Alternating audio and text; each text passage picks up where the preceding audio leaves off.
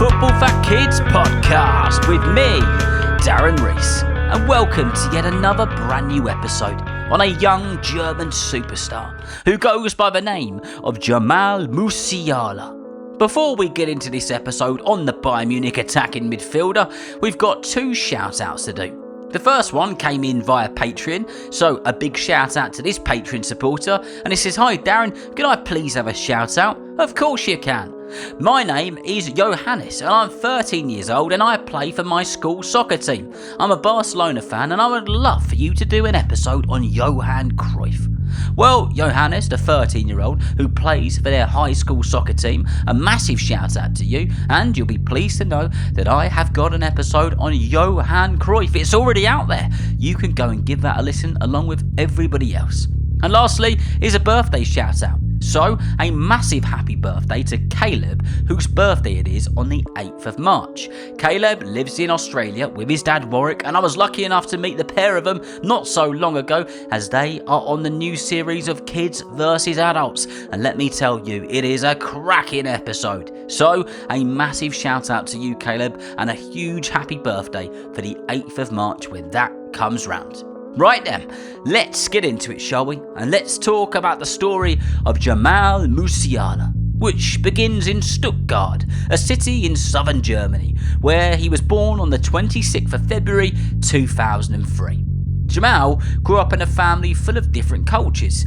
His mum, Carolyn, is German with Polish family roots, and his dad, Daniel, is of a British Nigerian heritage. When Jamal was only 2 years old, the family moved to a German town called Fulda, and it was there, in parks, gardens and living rooms, that a tiny boy first started kicking a football, without knowing that one day the whole world would be watching him. By the age of 4, Jamal Musiala joined his first football club. This club was the perfect place for a young footballer, where there was no pressure, it was all about fun, it was all about friends, and playing as much football as you possibly could. But very quickly, Jamal's coaches began to notice something special about him. They could see that even though Jamal was smaller than many of the other kids, he moved differently. He seemed to glide across the pitch, his feet were quick, and his mind was even quicker. In fact, during one of his first seasons playing football, it's said that Jamal Musiala scored more than 100 goals, an incredible number for such a young player. And watching proudly from the sidelines was his dad, encouraging him to keep the ball close, dribble and always play with confidence. When Jamal Musiala was 7 years old, life took a bit of a turn. In 2010, his mum Carolyn travelled to England to study for part of her master's degree at the University of Southampton. The whole family moved with her to the city of Southampton on England's south coast. There was a bit of a problem though, and that is that Jamal Musiala couldn't speak much English. But football has a language of its own. We all know it's the universal language of the world. One day, Jamal's dad Daniel drove to St Mary's Stadium, the home of Southampton Football Club, hoping to find somewhere his son could play football. There they met a community worker called Jazz Barty, who helped Jamal with a local youth team called City Central. And in one of his very first short games, it said that he scored about 6 goals in about 10 minutes. And because of his skill and the way that he played football, it did not take long before people in English football to realise that this quiet boy from Germany had something very, very special. What was meant to be a short stay in England soon became something much bigger. Jamal's mum finished her studies and found work in London, so the family stayed. By now, young Jamal Musiala had already caught the attention of several football clubs, and some big ones too. At just 8 years old, he joined the famous youth academy at Chelsea Football Club. For a young football fan, it was magical. Jamal would sometimes wait near the training ground, hoping to see Chelsea stars he admired. Players like Didier Drogba, Frank Lampard, Petr Cech and John Terry. At Chelsea's academy, Jamal spent years learning an important lesson about football. You must play with freedom. That was the lesson. Coaches encourage young players to be brave, to dribble, to try tricks and to express themselves. Because when you do that, the best version of you will come out. And for Jamal Musiala, that freedom helped turn a talented boy into a very special footballer. While training at Chelsea's Cobham Academy, Jamal Musiala was also busy at school. First, he attended a school in New Malden. His PE teacher, somebody called Tony Messeruni, quickly realised that Jamal had something unusual. His balance was exceptional, and the control he had at his age was frightening. At just 10 years old, Jamal even played a school final at Wembley Stadium and scored 4 goals in about 20 minutes. Later, he moved to Whitgift in Croydon, where the goals, they just kept coming. Across several age groups, it said that he scored an incredible 129 goals in 39 matches. But what impressed his teachers the most was not just his football. He loved art, languages, he loved learning. A bit like you lot listening to this podcast, and had friends from all sorts of different clubs and classes. Even then, people could see something special growing. Not just a great footballer, but Jamal Musiala was a great person. By 2019, Musiala was 16 years old and one of the most exciting young players in the Chelsea Academy. But his family faced a big decision. Jamal had finished his GCSE exams and the family were thinking carefully about what to do with his future. His football future, that is, and where his education should be. Around the same time, one of Europe's biggest clubs, Bayern Munich, came knocking.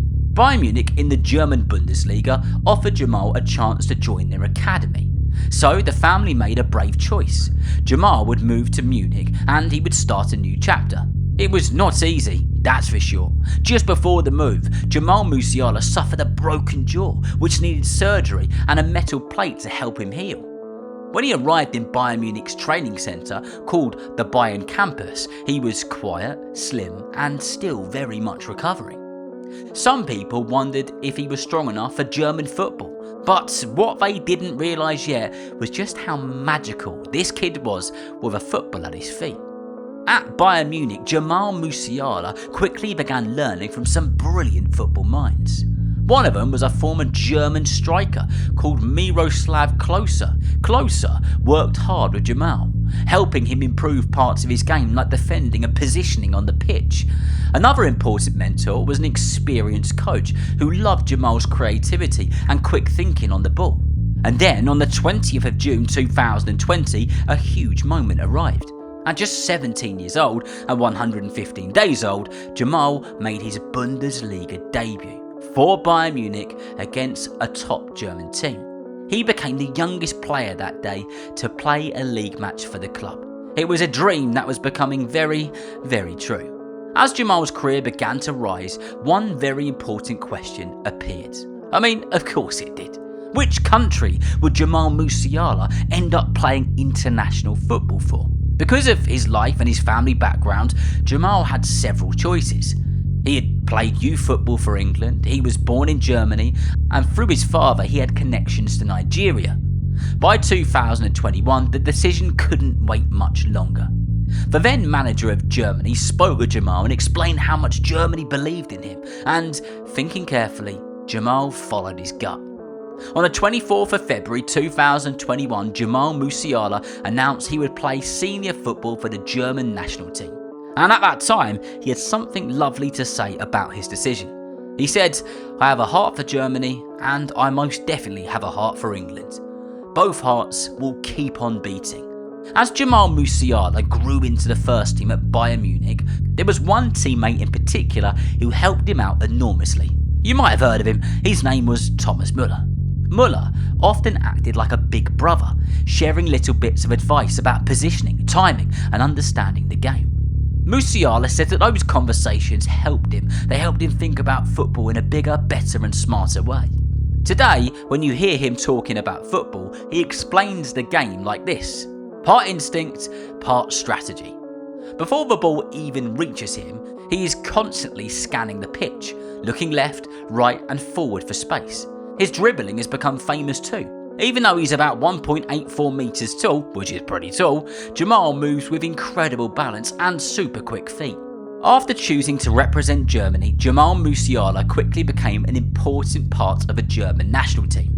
In March 2021, he made his senior team debut for Germany. Then, at the tournament known as the UEFA Euro 2020 tournament, which was played in 2021, Jamal made history. At 18 years old and 117 days, he became the youngest German player ever to appear in a major international tournament. At the 2022 FIFA World Cup in Qatar, Jamal showed the world his incredible dribbling. In one match against Costa Rica, he completed 13 successful dribbles, fantastic dribbles, marvellous dribbles, and he set a record for the most by a teenager in a World Cup game. Then came the UEFA Euro 2024 tournament in Germany, and I was there for it. It was a huge tournament for Jamal. He scored 3 goals, including the opening goal of the tournament against Scotland, and he finished as a joint winner of the Golden Boot, awarded to the tournament's top goalscorer. The boy who once played football in parks and school playgrounds was now shining on the biggest stages in world football. By 2025, Jamal Musiala was playing some of the best football of his career. He scored 20 goals in the season for Bayern Munich, including a brilliant hat-trick in the FIFA Club World Cup. But football can change very quickly.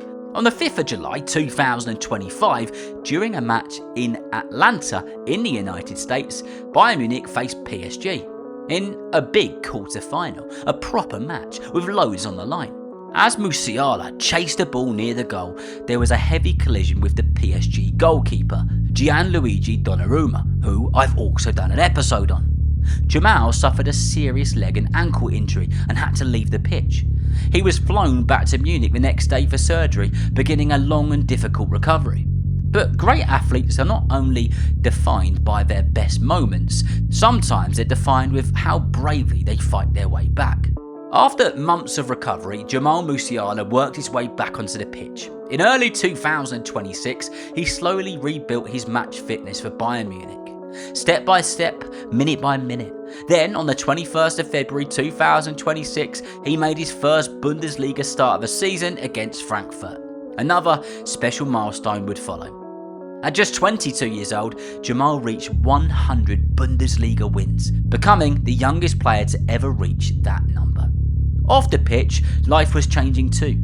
Jamal moved into his own apartment in Munich, continuing to grow not only as a footballer, but as a young man as well.